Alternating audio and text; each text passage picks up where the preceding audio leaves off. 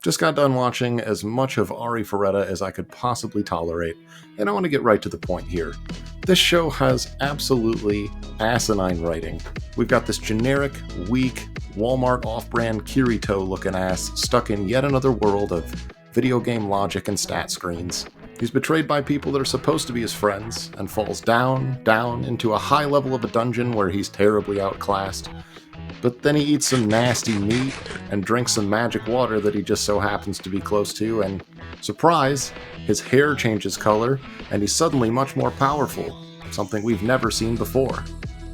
He transforms from shy guy into edgy main character in an instant, complete with a brand new personality to fit the look, and the show just follows the most predictable plotline and tropes imaginable from there. Other than when he uses his transmutability to make a gun with magic bullets and just starts blasting, like a true red-blooded American. That part was pretty funny. You taste terrible.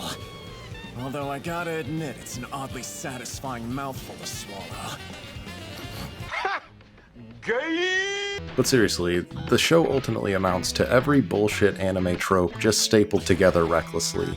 You've got the edgy main character that speaks in only one-liners while speedrunning an unearned power curve. Of course, there's a lolly, which, why is this a thing? Who is this for? It's fucking weird, man. Why are you licking your lips?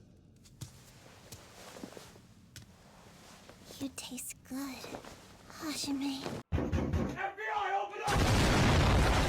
We've got the future figurine model that will spend half the budget animating because it'll boost merchandise sales later. But oopsie, damn it, we forgot to animate the monsters the characters are going to be fighting against, so they clearly just pitched $20 to an intern to whip something up quick in Blender. Seriously, this is the kind of CGI garbage that unfortunately justifies its stigma in the industry. And we top this all off with a story that ultimately just amounts to generic power fantasy slop. Seriously, there's a thin, illusory veil of depth to the character interactions, but never anything of real substance, and there's no build-up to achieving the power that the main character has because we're just moving too fast. You never really believe that things aren't going to just fall at the feet of our protagonist. And ultimately, Arifureta falls flat, feeling like a speedrun of anime tropes, and ultimately little more than a cheap power fantasy made for angsty middle school kids. Over half the villains in this show are basically just jealous incels that get no buns, driven to madness by their envy of King Cock over here and his ever-growing harem of hoes. The rest of the enemies are CGI monsters pulled directly from a Heroes 3 cutscene from 1999. I mean, some of their attacks completely lack any collision detection. It's clearly just the shitty spell animation, dragged and dropped on top of the existing CGI frames. They didn't even try. And we just have no reason to care about this main character. He's already overpowered in the first episode, and it's abundantly clear where we're going from here. Edgy boy here overcomes all of the seemingly impossible obstacles and monsters, and all the girls swoon. A bland loop of easy victories with unearned powers. Though the side characters will surely all admire this psycho for seemingly no good reason, we just don't really have a real reason to get attached. The animation ranges from mid to literal trash. The show is exceedingly average when it's at its peak, and those moments of mediocrity are brief.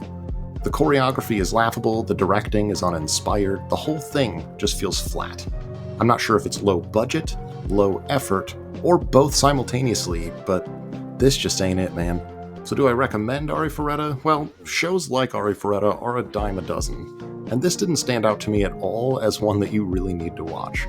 It committed the greatest sin a shallow anime like this can. It was boring, and as such, I don't think it's worth your time.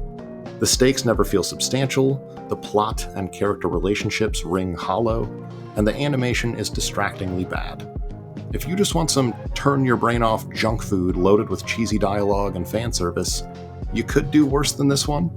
It's mildly entertaining for a while if you feel like guzzling down some slop from a trough like a pig.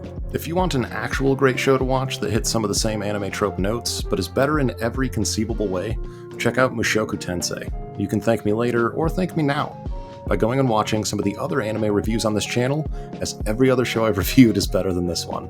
Consider hitting the like button and subscribing for more low-effort anime review nonsense, and thanks for stopping by.